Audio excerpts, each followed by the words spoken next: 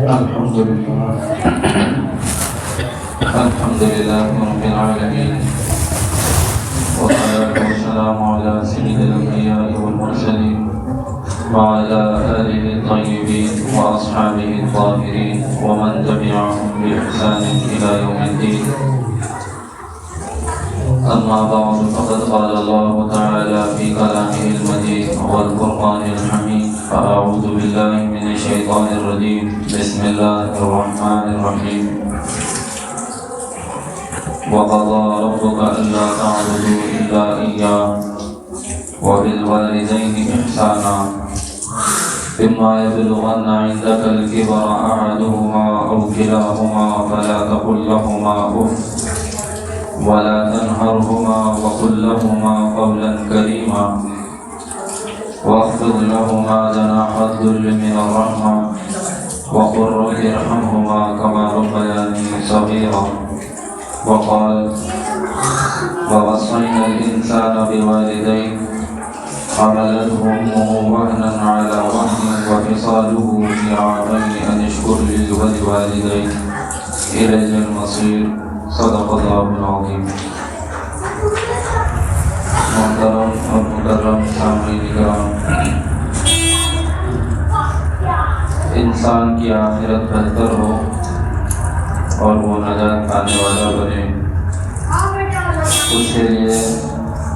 دنیاوی زندگی میں اسے اللہ اور اس کے رسول صلی اللہ علیہ وسلم کی اطاعت کرنا لازم اور ضروری ہے، اور اپنی پوری زندگی کو اسلام کے تابع کرنا لازم اور ضروری ہے. اور اللہ تعالیٰ نے ہر انسان کو انفرادی طور پر ذمہ دار بنایا ہے. اس وجہ سے اللہ تعالیٰ نے قرآن شریف میں اور نبی پاک صلی اللہ علیہ وسلم نے احادیث شریفہ میں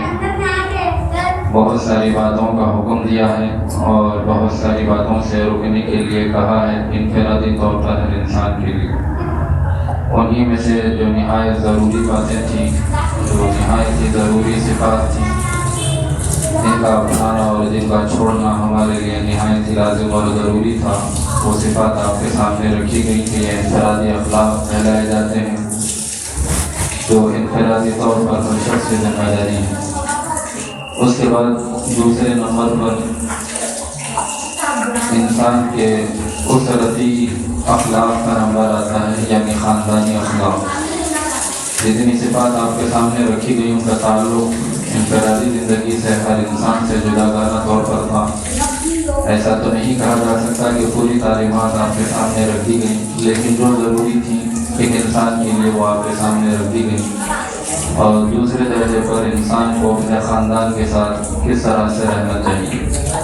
خاندان کی بھی بڑی اہمیت ہے، اور جو رشتہ داریاں اس میں آتی ہیں، جو قریبی رشتہ داریاں ہیں، ان کے حقوق کو نبی پاک علیہ السلام نے احادیث شریفہ میں بیان کیا ہے، اور خود اللہ سبحانہ و تعالیٰ نے قرآن شریف میں بیان کیا ہے. قریبی رشتہ داروں میں سب سے پہلے والدین آتے ہیں، ماں باپ، بھائی بہن، دادا دادی، نانا نانی ہوں، چچا ماموں، خالہ، پھوپھی وغیرہ، یہ سب قریبی رشتہ داروں میں آتے ہیں، اور ان تمام کے حقوق قرآن شریف میں بیان کیے گئے. ان کے ساتھ اسی طرح کا معاملہ کرنا جس طرح کہ اللہ اور اس کے رسول صلی اللہ علیہ وسلم نے حکم دیا ہے، یہ ہمارے اجتماعی اخلاق کی پہلی سیڑھی ہے. انسان خود میں تو اچھا ہو، خود تو نیک ہو، نمازی ہو، پاک باز ہو، لیکن اللہ تعالیٰ نے جن رشتہ داریوں میں اسے جوڑے رکھا ہے ان کے حقوق ادا کرنے والا نہ ہو تو پھر یہ چیز بھی اسے بسا اوقات پریشان کر دیتی ہے، اور دنیاوی زندگی سے عافیت ختم ہو جاتی ہے، سکون ختم ہو جاتا ہے،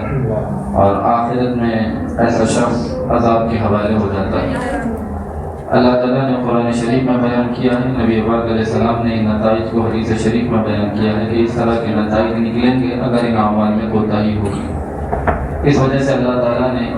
سب سے پہلے جو قریبی رشتہ دار ہیں ان کا حق بیان کیا کہ انسان اس دنیا میں آتا ہے، اللہ تعالیٰ نے اسے رشتہ داری میں جوڑا ہے، اور وہ کسی کا بیٹا بن کر آتا ہے، باپ کا ماں کا بیٹا بن کر آتا ہے. تو ایسا نہیں کہ کسی ایک فریق کے تعلقات کو یا کسی ایک فریق کے حق کو قرآن شریف میں بیان کر دیا گیا ہو۔ اللہ تعالیٰ انصاف کرنے والے ہیں، ہر انسان کا اپنا حق ہے، تو ہر ایک کو اللہ تعالیٰ نے ذمہ دار بنایا ہے۔ ایک دوسرے کے حقوق اللہ تعالیٰ نے مقرر کیے ہیں، تو وہ دونوں بیان کیے گئے۔ عام طور پر ہمارے سامنے والدین کے حقوق بیان ہوتے ہیں اور جو اولاد کے حق ہیں وہ بیان نہیں کیے جاتے، جبکہ اللہ تعالیٰ نے اولاد کا بھی حق بیان کیا ہے۔ ایک طرف اللہ نے شوہر کو بیوی کے ساتھ اچھا سلوک کرنے کی تاکید کی ہے، تو وہیں بیوی کو شوہر کے ساتھ اچھا سلوک کرنے کا حکم دیا۔ تو دونوں طرف سے اللہ سبحانہ و تعالیٰ نے احکامات کیے ہیں، دونوں کو اپنی اپنی ذمہ داری پورا کرنا ہے تاکہ سکون اور عافیت ہو، دونوں کی زندگی بھلائی والی ہو اور دونوں کی آخرت بہتر ہو۔ تو سب سے پہلے بندہ آتا ہے تو ماں باپ کا حق اس کے اوپر ہوتا ہے، والدین کی جو ذمہ داری ہے وہ حسب اوقات کے سامنے رکھی جائے گی، لیکن اولاد کے سلسلے میں جو اللہ تعالیٰ نے حکم دیا ہے وہ نہایت ہی تاکید کے ساتھ قرآن میں جگہ جگہ پر اللہ تعالیٰ نے اس کا ذکر کیا ہے۔ پچھلی امتوں کا ذکر ہوا بنی اسرائیل کا، تو اللہ نے کہا وَإِذْ أَخَذْنَا مِيثَاقَ بَنِي إِسْرَائِيلَ أَلَّا تَعْبُدُوا إِلَّا اللَّهَ وَبِالْوَالِدَيْنِ إِحْسَانًا۔ بنی اسرائیل سے جو وعدہ ہم نے لیا وہ اس بات کا کہ اللہ ہی کی عبادت کرو گے اور اللہ کے علاوہ کسی اور کی عبادت نہیں کرو گے۔ سب سے پہلے اللہ کا حق، پھر اس کے بعد وبالوالدین احسانہ، یہ عہد اور میثاق ان سے لیا گیا کہ والدین کے ساتھ اچھا سلوک کرو گے، ان کی قدردانی کرو گے اور ان کا جو حق اللہ نے تم پر عائد کیا ہے ان حقوق کے ادا کرنے والے بنو گے۔ اور روایات میں حضرت موسیٰ علیہ السلام کا بھی واقعہ نقل کیا جاتا ہے کہ حضرت موسیٰ علیہ السلام نے اللہ تعالیٰ سے ایک مرتبہ یہ گزارش کی کہ مولا کریم مجھے نصیحت فرمائیے، تو اللہ تعالیٰ نے کہا کہ سب سے پہلے تمہیں نصیحت کرتا ہوں میرے بارے میں، یعنی میرا حق پہچانو۔ اور موسیٰ علیہ السلام نے دوسری مرتبہ جب یہی گزارش کی تو اللہ تعالیٰ نے کہا کہ اپنے والدین کا حق پہچانو، یعنی پیغمبر کو بھی اس بات کی تعلیم دی گئی کہ اپنے والدین کے ساتھ حسن سلوک کرے۔ تو عام آدمی کے لیے قرآن شریف میں جو حکم دیا گیا کہ وَقَضَىٰ رَبُّكَ أَلَّا تَعْبُدُوا إِلَّا إِيَّاهُ، اسی نہج پر جس طرح کہ حضرت موسیٰ علیہ السلام کا واقعہ نقل ہوا ہے روایت میں، ہم نے یہ تاکید کی ہے انسان کو، ہم نے یہ حکم دیا ہے کہ وہ صرف میری عبادت کرے، میرے علاوہ کسی اور کی عبادت نہ کرے۔ یہ حق ماں باپ کے حق سے بھی مقدم ہے اللہ کا۔ اس کے بعد اللہ نے کہا کہ اس کے بعد ہم نے حکم دیا کہ والدین کے ساتھ اچھا سلوک کرے، اچھا برتاؤ کرے۔ اما یبلغن عندک الکبر احدہما او کلاہما فلا تقل لہما اف۔ اور یہ اچھا سلوک کس طور سے ہونا چاہیے؟ خاص طور پر جب وہ اچھے سلوک کے ضرورت مند اور محتاج اور متقاضی اور اس کے چاہنے والے ہوں۔ اور انسان جب بڑھاپے کی عمر کو پہنچ جاتا ہے تو اسے بہت زیادہ ضرورت ہوتی ہے اپنی اولاد کی، ان کے حسن سلوک کی، اس لیے کہ وہ انہیں اپنا سرمایہ سمجھتا ہے، اپنا سب کچھ وہ اپنے اولاد کے لیے قربان اور نچھاور کر دیتا ہے۔ اور جب وہ زندگی کے آخر مرحلے میں داخل ہوتا ہے تو اپنی اس اولاد سے جس کے لیے اس نے اپنی زندگی کو پورا ختم کر دیا، بھلا دیا، اس سے وہ بہتر بات کی امید رکھتا ہے۔ تو اللہ تعالیٰ نے خاص طور پر بڑھاپے کی حالت کو ذکر کیا ہے کہ اِنَّا یَبْلُغَنَّ عِندَکَ الْکِبَرَ، تیرے جیتے جی اگر ماں باپ میں سے کوئی ایک بڑھاپے کو پہنچ جائے، کہ دونوں بڑھاپے کی عمر کو پہنچ جائے، فَلَا تَقُل لَّهُمَا اُف، ان کو تجھ سے بڑی امیدیں وابستہ ہوتی ہیں، تو ان کو تکلیف پہنچانے والا کوئی عمل بھی تجھ سے سرزد نہیں ہونا چاہیے۔ یہاں تک کہ عمل تو عمل، تیری زبان سے کوئی ایسا لفظ، کوئی ایسی بات نہیں نکلنی چاہیے تو والدین کے دل کو دکھ پہنچانے والی ہو، اور وہ بات ہلکی سے ہلکی کیوں نہ ہو۔ اللہ تعالیٰ نے کہا کہ فَلَا تَقُل لَّهُمَا اُف، اب جو ان کو تکلیف پہنچانے کے لیے اگر تیری زبان سے اف والا بھی لفظ نکلتا ہے جو ہلکے سے ہلکا ہے، لیکن اس سے والدین کا دل دکھتا ہے، ان کی نافرمانی ہوتی ہے، تو یہ اف والا ہلکا لفظ بھی اپنی زبان سے مت نکال۔ فَلَا تَقُل لَّهُمَا اُف وَلَا تَنْهَرْهُمَا وَقُل لَّهُمَا قَوْلًا كَرِيمًا، اور انہیں جھڑکی نہ دے، وَقُل لَّهُمَا قَوْلًا كَرِيمًا، اور ان سے نہایت ہی ادب کے ساتھ اور ان کے مرتبے کا لحاظ رکھتے ہوئے بات کر۔ یہ حکم اللہ تعالیٰ نے سورہ بنی اسرائیل میں دیا۔ اسی طرح دوسری جگہ اللہ تعالیٰ نے کہا کہ وَوَصَّيْنَا الْإِنسَانَ بِوَالِدَيْهِ، ہم نے تاکید کی ہے، وصیت کی ہے، نصیحت کی ہے انسان کو اس کے والدین کے بارے میں، کہ ماں کا احسان یاد دلایا ہے کہ کس طرح سے تکلیف پر تکلیف سہتے ہوئے ماں اپنے پیٹ میں اٹھائے رکھی ہے، اور پھر اللہ تعالیٰ نے ان کے دلوں میں محبت ڈالی ہے، انہوں نے تیری پرورش کی ہے، تو اللہ تعالیٰ نے حکم دیا ہے کہ ان کے ساتھ اچھا سلوک کرو، اور ان کا لحاظ رکھو اور ان کا حق پہچانو۔ تو یہ دو آیات اور اس کے علاوہ بہت ساری آیات یہ بتاتی ہیں کہ والدین کا حق انسان پر بہت ہی لازم اور ضروری ہے، اور انہی آیات کی تشریحات میں اور اس رشتہ داری کے حق کے ادا کرنے میں نبی پاک صلی اللہ علیہ وسلم نے وقتاً فوقتاً امت کی رہنمائی فرمائی ہے کہ یہ اتنی بڑی ذمہ داری ہے کہ اگر اس سے بھول چوک ہو جائے، اس معاملے میں بھول چوک ہو جائے، اگر اس رشتہ داری کے حق کے ادا کرنے میں انسان سے غفلت ہو جائے تو انسان اپنی تمام تر نیکیوں کے باوجود بھی اللہ کے عذاب سے اپنے آپ کو نہیں بچا سکتا۔ اس وجہ سے نبی پاک صلی اللہ علیہ وسلم نے کہا کہ یاد رکھو، خوب غور سے سنو کہ اللہ تعالیٰ کی رضامندی یہ والدین کی رضامندی میں ہے، اور اللہ تعالیٰ کی ناراضگی یہ والدین کی ناراضگی میں ہے۔ یعنی جس کا باپ اس سے راضی ہے تو اللہ اس سے راضی ہے، اور جس کا باپ اس سے ناراض ہے تو اللہ اس سے ناراض ہے، اور اللہ ناراض ہے تو وہ بندے کا ٹھکانہ لازمی ہے جہنم میں۔ اس وجہ سے نبی پاک علیہ السلام نے ایک موقع سے نہیں، بہت سے موقعوں پر نبی پاک علیہ السلام نے اس رشتہ داری کی قدردانی کرنے کی تاکید فرمائی ہے کہ تمہاری جنت تمہارے ماں باپ ہیں، تمہاری دوزخ تمہارے ماں باپ ہیں،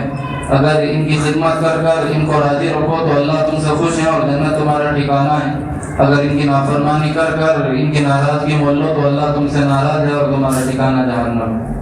اس طرح کی تعلیم نبی پاک صلی اللہ علیہ وسلم نے دی ہے، اور اللہ تعالیٰ نے کہا کہ وَاخْفِضْ لَهُمَا جَنَاحَ الذُّلِّ مِنَ الرَّحْمَةِ وَقُلْ رَبِّ ارْحَمْهُمَا كَمَا رَبَّيَانِي صَغِيرًا، کہ ان سے عام لوگوں کے بات کرنے کی طرح بات نہ کیا کرو، بلکہ جب والدین سے بات کرو تو عاجزی اور انکساری کے ساتھ اپنے موڑوں کو ان کے آگے جھکا دو، اور اونچی آواز میں بات نہ کرو، جب ان کو مخاطب کرو تو ان کا نام نہ لو، بلکہ نہایت عاجزی اور انکساری کے ساتھ ان سے گفتگو کرو اور ان کے لیے دعا کرو۔ وَقُلْ رَبِّ ارْحَمْهُمَا كَمَا رَبَّيَانِي صَغِيرًا، کہ اے پروردگار میرے والدین پر اسی طرح رحمت کا نزول فرمائیے، اسی طرح ان کے ساتھ مہربانی کا معاملہ فرمائیے جس طرح انہوں نے چھوٹے رہنے کے وقت میرے اوپر مہربانی کی اور محبت کے ساتھ میری پرورش کی اور مجھے پال پوس کر بڑا کیا۔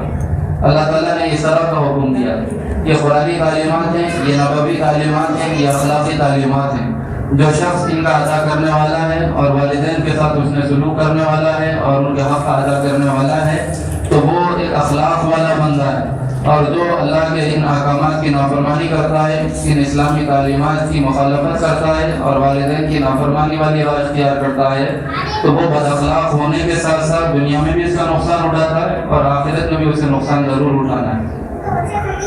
اس لیے کہ نبی پاک صلی اللہ علیہ وسلم نے کہا کہ بعض گناہ وہ ہیں جن کی سزا اللہ تعالیٰ دنیا میں بھی دیتے ہیں اور آخرت میں بھی دیتے ہیں، اور ان گناہوں میں سے یہ والدین کی نافرمانی والا گناہ نبی پاک علیہ السلام نے ذکر فرمایا ہے کہ یہ معمولی گناہ نہ سمجھو، یہ کبیرہ گناہ ہے، اور جب تک والدین ایسے شخص کو معاف نہ کریں اس کی معافی کی کوئی صورت نہیں ہوگی، اور اگر والدین معاف نہ کریں تو جو اس کی سزا انسان بھگتے گا تو وہ دنیا میں بھی بھگتے گا اور آخرت میں بھی بھگتے گا۔ حضور کریم صلی اللہ علیہ وسلم نے فرمایا ہے جو اپنے ماں باپ کے دل کو تکلیف پہنچاتا ہے اور ان سے بدسلوکی کرتا ہے اور ان کی نافرمانی کرتا ہے تو اللہ تعالیٰ ایسے بندے کو، ایسے شخص کو اس وقت تک موت نہیں دیتے جب تک کہ وہ اپنی اولاد کے ساتھ اسی سلوک کو نہیں دیکھ لیتا۔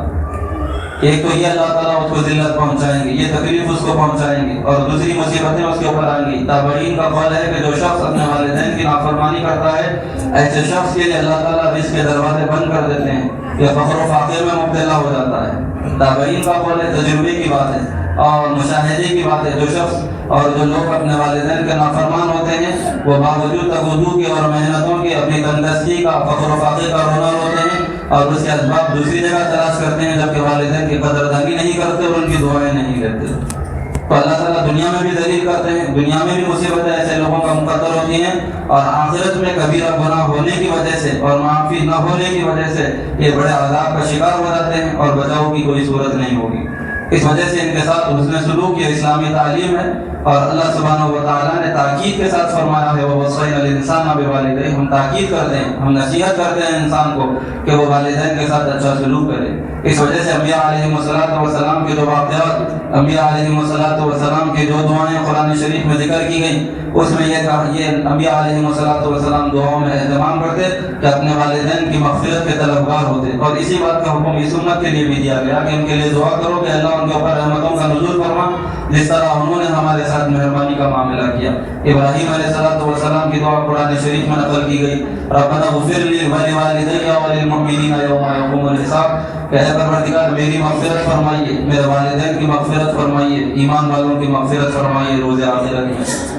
اور اسی طرح حضرت نوح علیہ السلام کی دعا اللہ تعالیٰ نے قرآن شریف میں ذکر کی ہے، انہوں نے بھی مغفرت کی طلب کی ہے کہ پروردگار میری مغفرت فرما دیجیے، میرے والدین کی مغفرت فرما دیجیے، جو ایمان والے ہوں ان کی مغفرت فرما دیجیے۔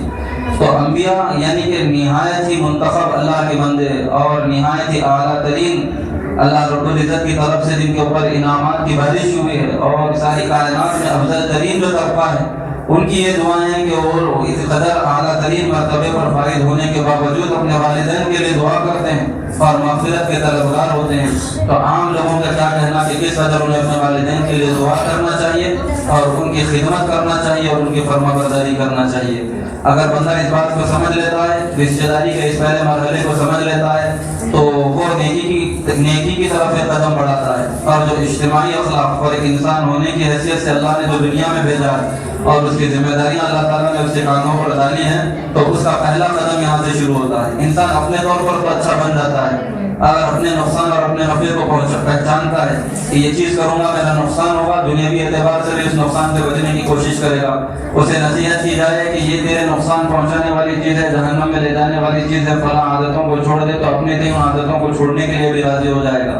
اور کوئی چیز اسے فائدہ دینے والی ہے دنیاوی اعتبار سے تو اسے حاصل کرے گا اور اسے حاصل کرنے کی کوشش کرے گا۔ اور انفرادی طور پر کسی ایسے عمل کی نشاندہی کی جائے کہ یہ عمل تمہارے لیے بہتر ہوگا اور باعث ثواب ہوگا اور تمہارے حسنات میں اضافے کا سبب ہوگا، تو وہ اسے اپنانے کے لیے بھی تیار ہو جاتا ہے۔ لیکن جہاں پر اجتماعی مسئلہ آتا ہے، خاندانی مسئلہ آتا ہے، رشتہ داریوں کا مسئلہ آتا ہے، وہاں پر انا اڑے آ جاتی ہے، نفس اڑے آ جاتا ہے، شیطان ورولنے لگتا ہے اور انسان ان حقوق کی ادائیگی نہیں کرتا،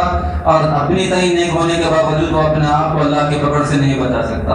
اور اس کو خاندانی اعتبار سے نیک بننے کے لیے اور دوسروں کے تعلق سے اپنے اخلاق کو بہتر بنانے کے لیے سب سے پہلے اپنے والدین کے ساتھ اچھا ہونا ہوگا، اس لیے کہ رشتہ داری شروع وہاں سے ہوئی ہے۔ اللہ نے انسان کو پیدا کیا ہے کسی کا بیٹا بنا کر، اگر اس نے انہی کا حق نہیں پہچانا، جس ماں باپ نے اپنی جوانی کو بھلا کر اپنی اولاد کی پرورش کی ہے، اگر اولاد اس ماں باپ کے حق کو نہیں جانتی تو دیگر رشتہ داروں کے حق کو کیا جانے گی، امت مسلمہ کے حق کو کیا جانے گی، اپنے انسان ہونے کی ذمہ داری کو کیا سمجھے گی، اپنے مسلمان ہونے کی ذمہ داری کو کیا سمجھے گی۔ اجتماعیت کا پہلا قدم ہے والدین کے ساتھ حسن سلوک کرنا،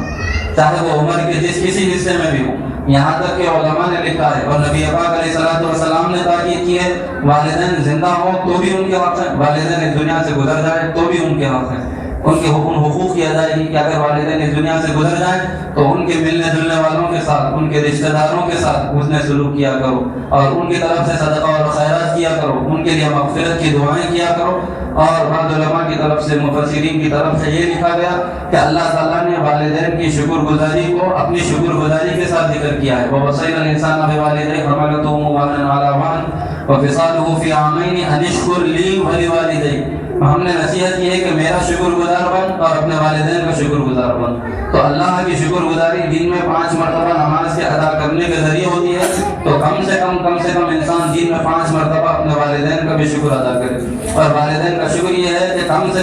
کم دن میں 5 مرتبہ ان کے لیے دعائیں مغفرت کیا کرے، ان کے لیے رحمتوں کے نزول کی دعا کیا کرے، اس لیے کہ اللہ تعالیٰ نے نمازیں کم سے کم فرض جو کی ہیں وہ 5 ہیں، اور اس کے علاوہ نوافل پڑھنا ہے تو انسان کو اختیار ہے چاہے جتنی پڑھے، لیکن 5 نمازیں یہ فرض ہیں۔ اس وجہ سے والدین کا شکر دن میں کم از کم 5 مرتبہ انسان کے لیے لازم اور ضروری ہے، اگر وہ اجتماعیت میں اپنے اخلاق کو بہتر بنانا چاہتا ہے اور اس اخلاق کو بہتر بنانے کے ذریعے دنیا میں اللہ کی رحمتوں کو حاصل کرنا چاہتا ہے اور آخرت میں اللہ کی پکڑ اور اللہ کے عذاب سے اپنے آپ کو محفوظ رکھنا چاہتا ہے اور آخرت کی نجات چاہتا ہے، تو اس کے لیے پھر یہ کام بھی لازم اور ضروری ہے۔ اور جو لوگ عام انسانوں کی طرح، دوسری اقوام کی طرح زندگی گزارتے ہیں اور والدین کے رشتہ داری کے اس حق کو نہیں پہچانتے، اور جس طرح کی تعلیم غیروں کی طرف سے دی جاتی ہے کہ والدین ایک دوست کی طرح ہوتے ہیں، یا دیگر جو معاملات ان کی طرف سے سامنے رکھے جاتے ہیں کہ ان کے ساتھ دوستانہ تعلقات و روابط رکھے جائیں اور ان کے اوپر مسلط نہ ہوا جائے، یا اس طرح کی جو باتیں ہیں یہ بالکل اسلامی تعلیمات کے خلاف ہیں۔ والدین کا رشتہ وہ ہے کہ ان سے بات کرنے کا ادب بھی اللہ نے قرآن شریف میں بیان کیا ہے، اور ان کے ساتھ سلوک کو اللہ تعالیٰ نے قرآن شریف میں بیان کیا ہے، ان کی نافرمانی کے آداب کو اللہ تعالیٰ نے قرآن شریف میں بیان کیا ہے، نبی پاک علیہ الصلوۃ والسلام نے احادیث میں بیان کیا ہے۔ تو یہ رشتہ بالکل عام رشتوں کی طرح نہیں ہے، یہ رشتہ دوستانہ رشتوں کی طرح نہیں ہے، بلکہ یہ رشتہ اللہ رب العزت کی طرف سے انعام ہے، اللہ تعالیٰ کی طرف سے احسان ہے، اور اللہ کے احسان شناسی ہے کہ اللہ کی رشتہ داری کا حق ادا کیا جائے، ان کا شکر ادا کیا جائے۔ یہ انسان کے لیے دنیا اور آخرت میں بھلائی کا سبب ہونے کے ساتھ ساتھ انسان کے بااخلاق ہونے کی علامت ہے، اور جو انسان ان کے ساتھ بدسلوکی کرتا ہے اور ان کا ادب نہیں کرتا، ان کی نافرمانی کرتا ہے، تو وہ گناہ گار ہونے کے ساتھ ساتھ بد اخلاق انسان کہلائے گا۔ اس وجہ سے لازم اور ضروری ہے کہ اگر انسان خود کو بااخلاق بنانا چاہتا ہے اور اخلاق بنانے کے ساتھ ساتھ اللہ کی رحمتوں کو دنیاوی زندگی میں حاصل کرنا چاہتا ہے اور آخرت میں بھی عذاب سے محفوظ رہنا چاہتا ہے، تو وہ رشتہ داروں کے ساتھ اچھا سلوک کرے، اور رشتہ داریوں میں سب سے پہلی رشتہ داری سب سے پہلا حق والدین کا ہے، اور والدین کے ساتھ اچھا سلوک کرے۔ اور پھر ان میں بھی نبی پاک علیہ الصلوۃ والسلام نے ترتیب بتائی ہے کہ ماں کا زیادہ لحاظ رکھا جائے، اس لیے کہ ماں کمزور ہوتی ہے، اس وجہ سے انسان زیادہ سزا لیتا ہے۔ اس وجہ سے صحابی رسول نبی پاک علیہ الصلوۃ والسلام کی خدمت اقدس میں حاضر ہوا اور کہا کہ یا رسول اللہ صلی اللہ علیہ وسلم، میں بہتر سلوک کرنا چاہتا ہوں، اچھے اخلاق سے پیش آنا چاہتا ہوں، اچھا سلوک کرنا چاہتا ہوں، میرے اس اخلاق کا، میرے اس اچھے سلوک کا زیادہ حقدار کون ہے؟ تو نبی پاک علیہ السلام نے کہا کہ تمہاری ماں۔ 3 مرتبہ انہوں نے سوال کو دہرایا، حضور علیہ السلام نے 3 مرتبہ بھی یہی کہا کہ تمہاری ماں تمہارے اس حسن سلوک کی زیادہ حقدار ہے۔ 4تھی مرتبہ جب انہوں نے سوال کیا تو حضور علیہ السلام نے کہا کہ تمہارا باپ، اور پھر اس کے بعد تمہارے جو رشتہ دار قریب سے قریب تر ہوں وہ تمہارے حسن سلوک کے زیادہ مستحق ہیں۔ تو یہ رشتہ داریوں کا حق اور یہ ترتیب نبی پاک علیہ الصلوۃ والسلام کی بتائی ہوئی، اور یہ اسلامی تعلیمات جن پر عمل کرنے کے ذریعے ہم دنیا میں بھی اپنا بھلا کر سکتے ہیں اور آخرت میں بھی اپنا بھلا کر سکتے ہیں۔ اگر ہم ان چھوٹی باتوں کو لحاظ میں نہیں رکھیں گے اور شیطان اور نفس کے بہکاوے میں آ جائیں گے اور ان کی ناقدری کریں گے تو پھر ہم اپنے آپ کو بھی نقصان سے محفوظ نہیں رکھ سکیں گے۔ اللہ تعالیٰ سے دعا ہے ہم تمام کو علم صحیح اور عمل صالح کی توفیق نصیب فرمائے۔